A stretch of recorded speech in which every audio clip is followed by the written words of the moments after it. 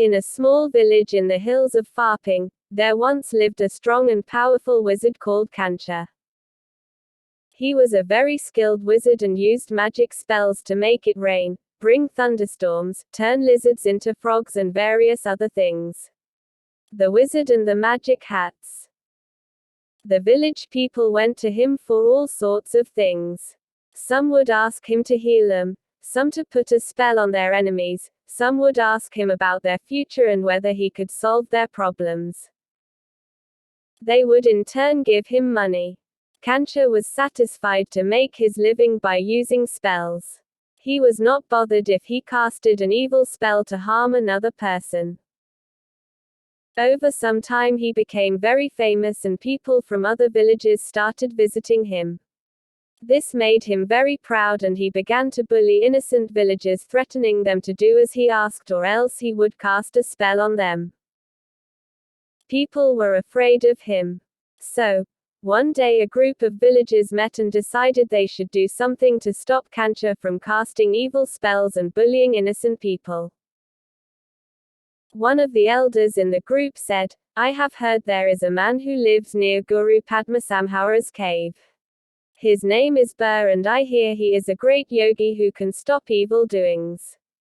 I suggest that we go and meet him." All agreed and set off immediately to meet Burr the yogi. Burr was meditating when they arrived. They sat outside his cave waiting for him to come out.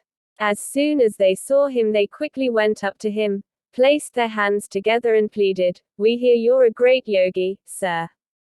Please help us. There is a powerful and strong wizard in our village who has been troubling innocent people. We need you to stop him from doing any more harm." Burr was silent for a few moments with his eyes gazing widely into space.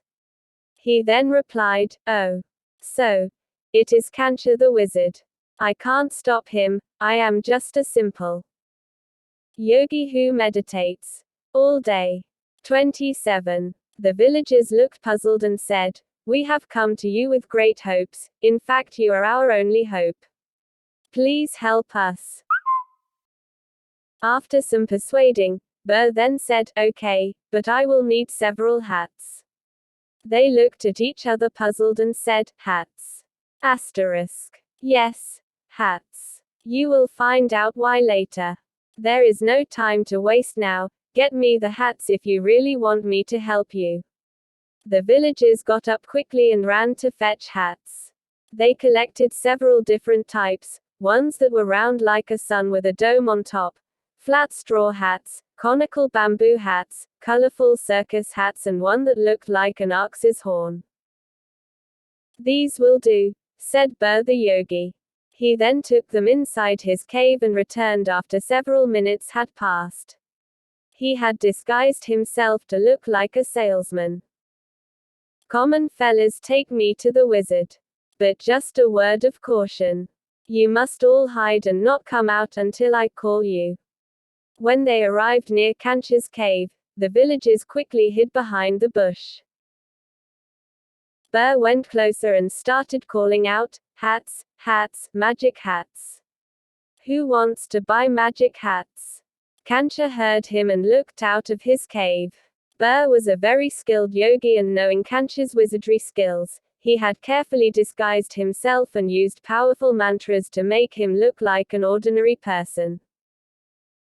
Kancha said, "Magic hats?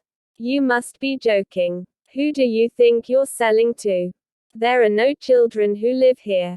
Go to the village and sell your useless magic hats, you charlatan."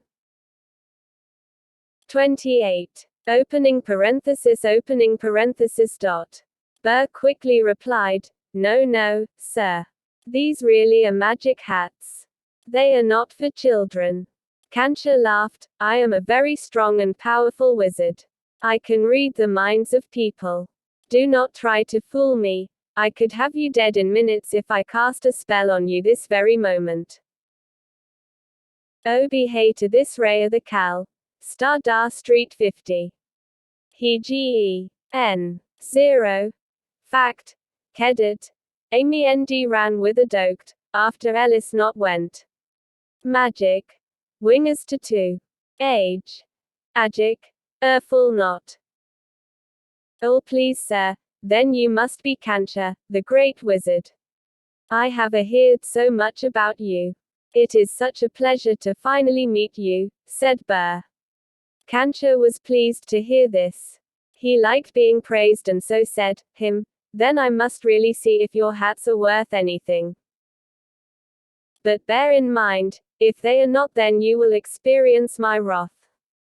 Burr agreed. Kancha came out of his cave and started examining the hats. He put the first one on and he started flying up in the air. He was laughing as he floated around in space and slowly came down. You surely have some goodies here. I will take this one. He then tried the straw hat on, and when he tried to speak, beautiful melodies came out and he could make any sound he wanted. He took that one too.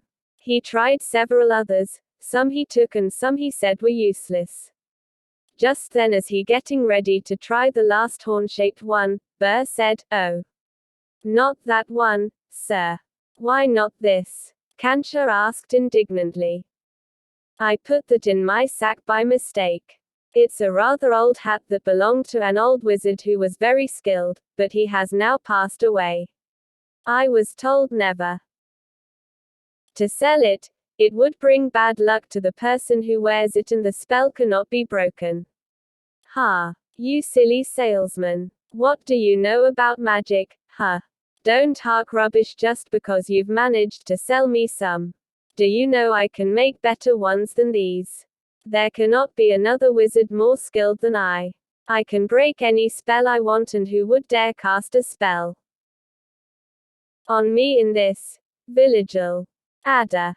29:30. Well sir, I did not mean to offend you. I am just telling you what I know." Kancha could not swallow his pride and said, "I shall try this horn-shaped hat and very well have it too." He then put it on, and just as he did, he turned into a donkey and started braying uncontrollably. He could not cast any spell or take the hat off. When he tried to speak, he brayed Guru Padmasamhara's mantras instead. Berthan said, "Now your skills shall be put to some good for the rest of your life." Kancha. The villagers who were hiding behind the bushes came out. "Ha ha ha, look, he has turned into a donkey who brays mantras and wears a horn shaped hat," laughed the villagers. Other people gathered around Kancha and started laughing too. They turned to Burr and told him how grateful they were for saving the lives of innocent villagers. "We do not know how to return your kindness, dear Yogi. For you don't have to thank me, but remember to put the donkey to good use and do not be harsh in your ways. You should not do what he did to you, otherwise I will have to come and set you right too." After having recited 1,000,000 mantras of Guru Padmasambhava, Kancha will become a human again, but a wise man who will be of great help to you villagers. The villagers promised to do as they were advised. In the hills of Farping. Tell me, what is the use of spells, if it brings the suffering of hells? What is the use of magic, if it brings mayhem and havoc? Burr then set off singing his way back to his cave. If used correctly, even a donkey can bray mantras. If used wisely, evil wizard can be a kind yogle, and odds. D. Id DW